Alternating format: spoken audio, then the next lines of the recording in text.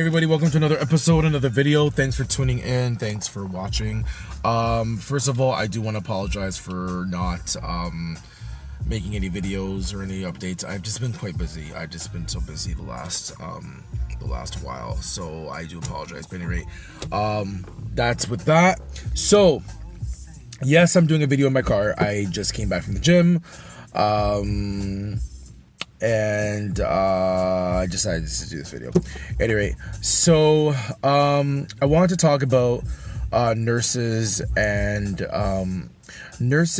dealing with death of patients. Okay, so now I've done a couple of videos of this, or I've done a couple of rants about this, and for the most part, with nurses, I think the issue that we have is that we're basically told to just kind of deal with it and move along, okay? In the sense of when there's a death of a patient, yeah, it's sad, but really and truly, we're just told to kind of get over it and move on. Now, the issue that, the main issue that ends up happening is, after a while, and also depending on the type of death that you have with the patient, it can affect you, okay? It can definitely affect you. So, one of the type of deaths that can really affect a nurse if it involves a pediatric patient, okay? With me working ER, I've come across a number of code pinks, which is basically a code blue for babies and so forth. And those tend to be the hardest, because as a nurse, it's a child. You want to do everything to save this child, and sometimes that just doesn't happen. What I find, though, is, again, as nurses, we're told to basically, just move on to the next task and just carry on, because that's what we're supposed to do. The issue, though, is what ends up happening is we don't necessarily have some outlets to express our emotions, and it ends up being bottled in. And then, unfortunately, what ends up happening is that we end up sometimes having issues of PTSD, or we have just emotional breakdowns. And as a nurse, I think it's really important that, we have, you come across death. That's just part of our career. But I think, there's nothing wrong with expressing emotion. Now, keep in mind, there is obviously, you don't want it to the point where the family's consoling you. That's an issue. But I think what's important is that, in nursing school, we've been told from the get-go, you shouldn't be crying and everything, and you deal with the death of a patient, you kind of suck it up, buttercup, and move on and forth and on, and whatnot and everything. And I think what's happening is that, yeah, it's true, but we move on and we hide it so much, and we put it to the back burner, that what ends up happening is that over time it starts to boil over. It's like you can only put so much stuff in the pot, and the pot just starts boiling over. And I think this is why a lot of nurses get burnt out. This is why a lot of nurses have issues with their relationships.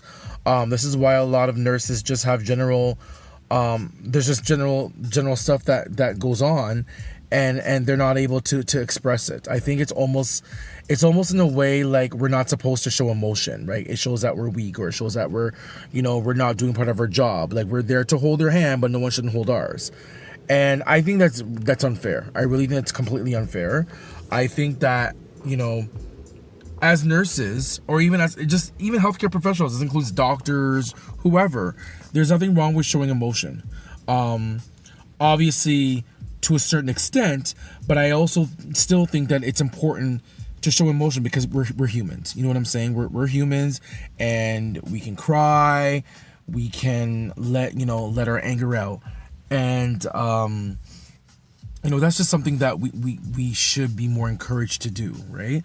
I also think that sorry that my English wasn't the greatest there. I was bad grammar. What I also think is, there should be resources out there for a lot of healthcare professionals, particularly nurses, dealing with death of patients, dealing with any stressful activities. Like, I know police officers deal with it, or have something like that. Paramedics have something to do with it, but I find nurses, we don't. I'll throw a scenario with you. A couple years ago, when I was working, there was a co-pick situation. I'm not gonna get into it, but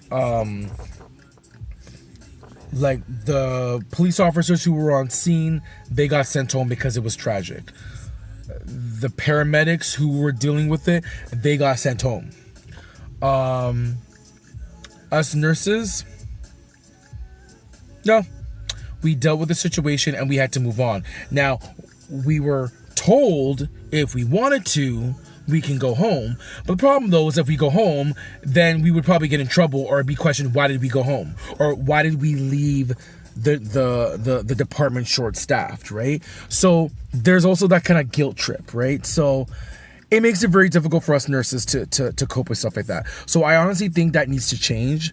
The whole paradigm, the whole methodology of that needs to change, and I think that will help us nurses deal with death better, really. That's all I really got to say about that. I kind of rambled on. I'm sorry if this video just seemed like a big ramble thing, but that's how I kind of feel about the situation. Let me know how you think. Put your comments below there. Below.